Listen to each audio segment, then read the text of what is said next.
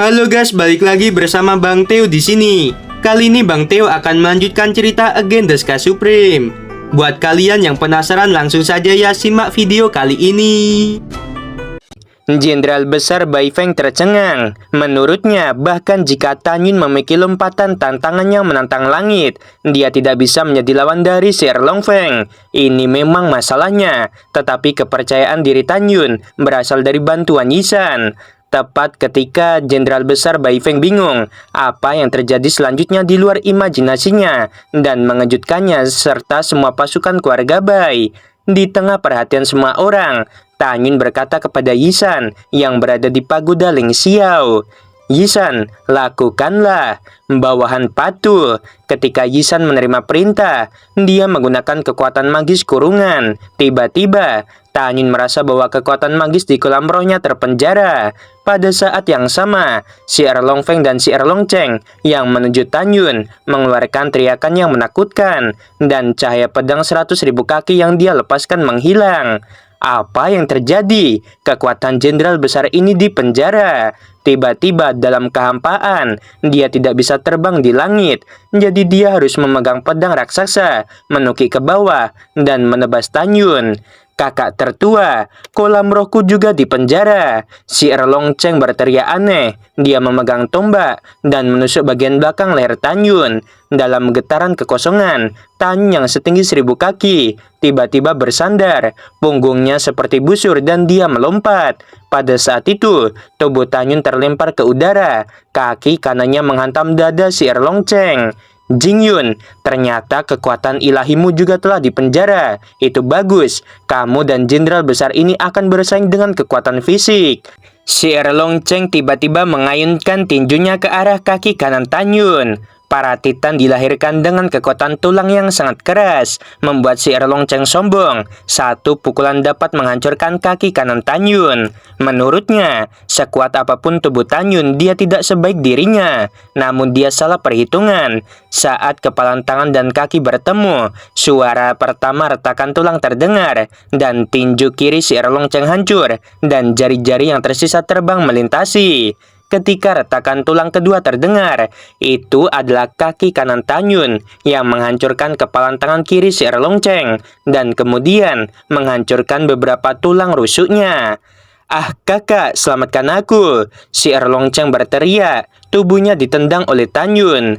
"Adik, tunggu, aku di sini untuk menyelamatkanmu." Si Long Feng tampak cemas. Dia memegang pedang raksasa dan berlari liar dari tanah sekuat tenaga menuju langit. "Kakakmu tidak bisa menyelamatkanmu.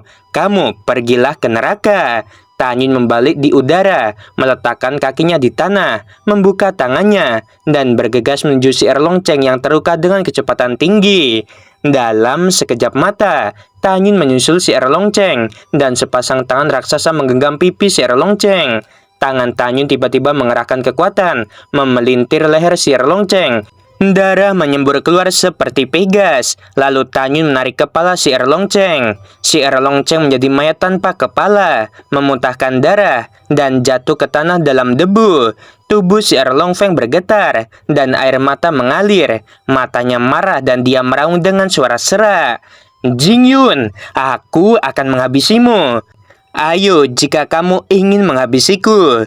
Tan Yun tiba-tiba menggenggam tangannya dengan suara yang dalam, dan kepala si Long Cheng di tangannya hancur total. Tan Yun tiba-tiba membungkuk, mengambil tombak raksasa yang jatuh ke tanah setelah si Long Cheng mati dan menusuk tenggorokan si Long Feng. Ketika percikan api memercik, si Long Feng menahan pedang untuk memblokir. Ekspresinya ngeri, dan dia merasakan kekuatan yang tak tertandingi mengalir ke tangan kanannya dari pedang. Darah mengalir dari mulutnya. Si Long Feng mundur 3 langkah sebelum dia bisa berdiri dengan mantap, lalu berkata pada dirinya sendiri, "Aku tidak tahu teknik pemurnian tubuh seperti apa yang telah dipraktikkan anak ini. Kekuatan tubuh fisiknya berada di luar imajinasi. Aku tidak bisa melawannya dengan sembrono ketika aku tidak bisa menggunakan kekuatan ilahiku. Kalau tidak, aku akan mati." Ketika wakil komandan datang dan dia mengetahui bahwa Jing Yun menghabisi putra satu-satunya, wakil komandan pasti tidak akan membiarkannya.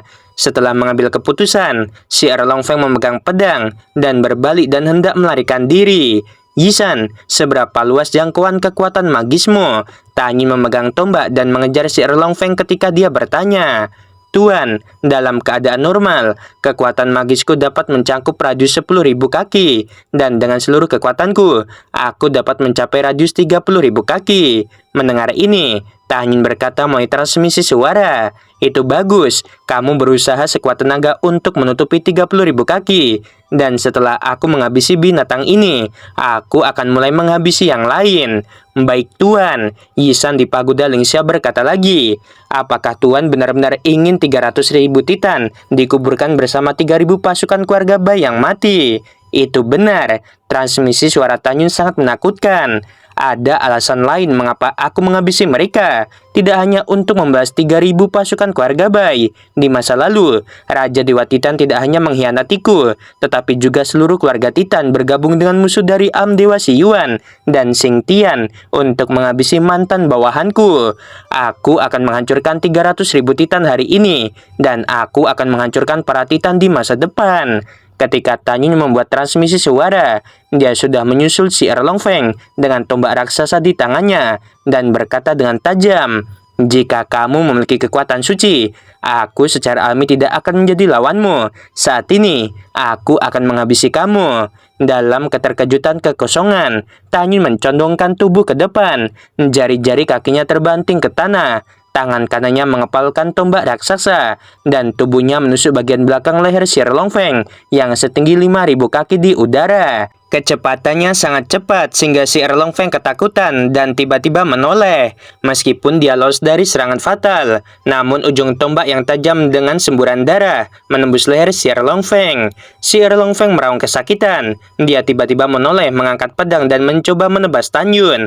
Sementara Tanyun menghindar dengan tergesa-gesa, ujung pedangnya menebas dadanya, membuat noda darah yang dangkal.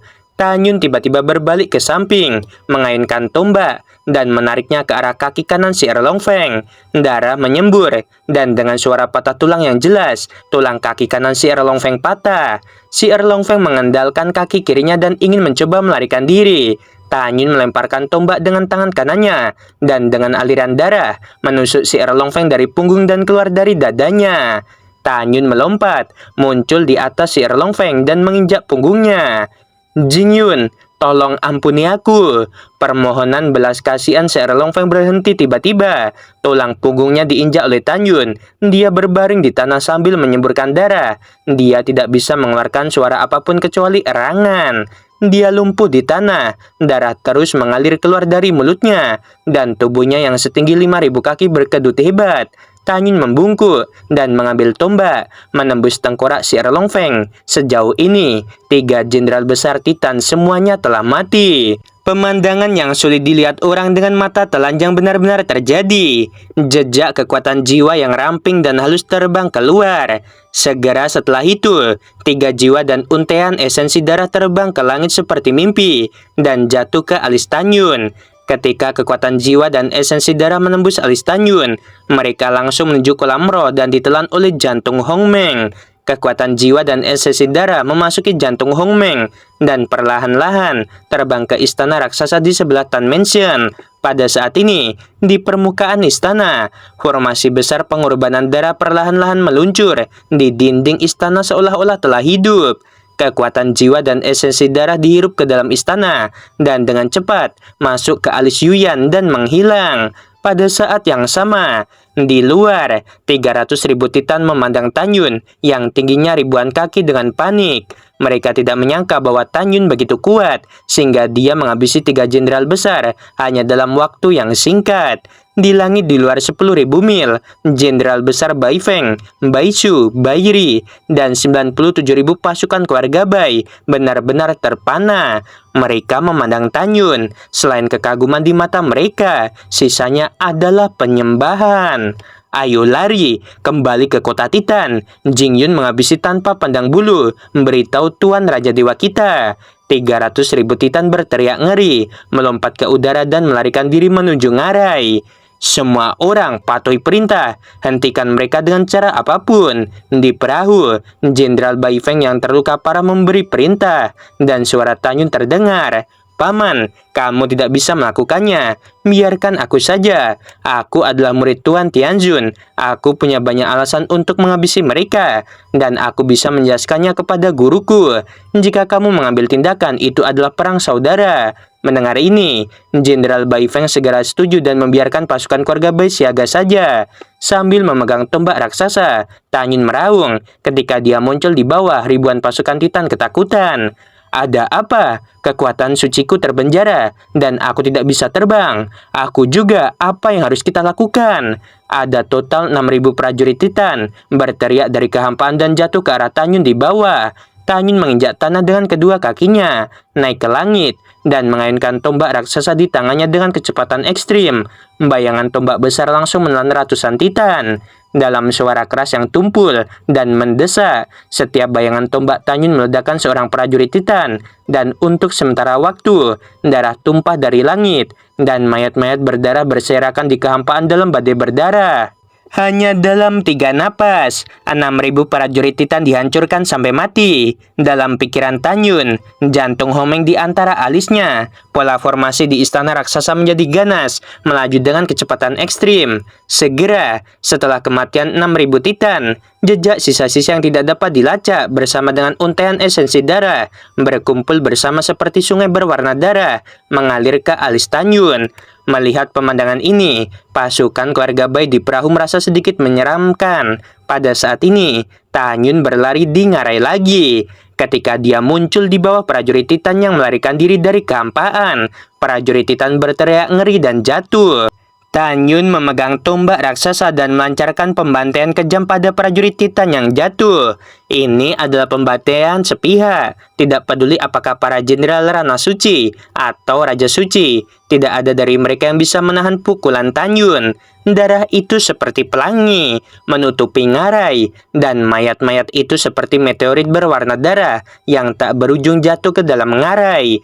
Dalam waktu kurang dari setengah jam, semua 300.000 Titan telah mati. Jejak jiwa yang tersisa dan jejak esensi darah berkumpul bersama, mengalir deras ke alis Tan Yun. Tubuh Tan Yun terguncang, dan darah dari tubuhnya terguncang setelah dia membiarkan Yisan melepaskan kekuatan gaib. Dia naik ke udara dan terbang keluar dari hutan.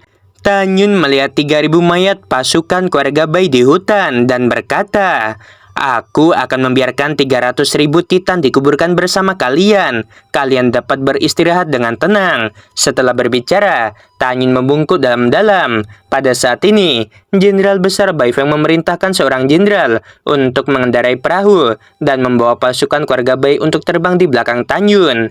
"Yuner, kamu telah menghabisi begitu banyak orang. Jika ceritanya menyebar, aku khawatir kamu akan dihukum oleh gurumu. Dan kamu menghabisi Tasi Kaisar. Aku khawatir ayahnya tidak akan membiarkan kamu pergi." Tan Yun menoleh untuk melihat Jenderal Besar Bai Feng dan berkata, "Jangan khawatir, Paman. Keponakan tahu apa yang harus dilakukan." Segera, Tan Yun meminta orang untuk membangun sebuah makam di tempat dan membiarkan 3.000 pasukan keluarga Bai dikubur di tanah. Segera, Tan Yun menemukan tumpukan besi meteorit waktu di cincin si Erlong Feng. Sebagian besar besi meteorit waktu ini ditambang oleh Jenderal Besar Bai Feng sebelumnya, tetapi kemudian dirampok oleh si Erlong Feng. "Paman, kamu sembuhkan lukamu dulu dan serahkan sisanya padaku," kata Tan Yun. Setelah Jenderal Besar Bai Feng menjawab, dia mengeluarkan pagoda untuk memulihkan luka-lukanya. Tan Yun memandang seorang jenderal bernama Tang Ping dan berkata, "Kamu kemarilah, sementara semua pasukan keluarga Bai yang lain akan dikirim untuk melanjutkan penambangan." 97.000 pasukan keluarga Bai mulai bekerja keras untuk menambang, mencari besi waktu. "Aku tidak tahu apa perintah Tuan Muda Jing," Tang Ping berkata dengan hormat.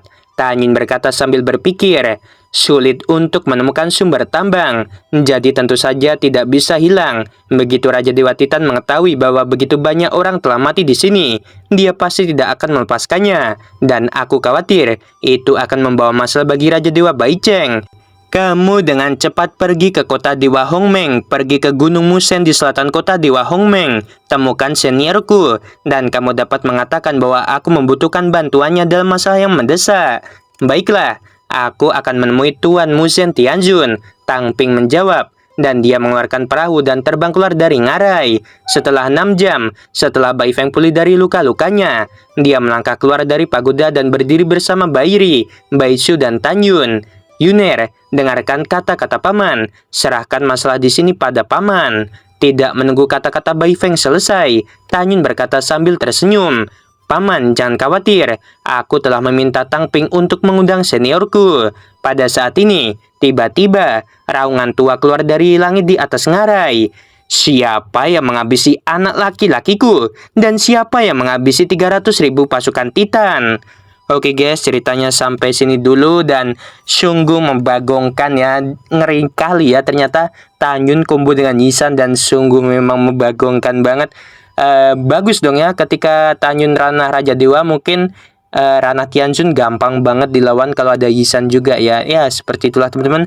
Oke, sebelum video berakhir Min mau bilang sungguh membagongkan. Terima kasih.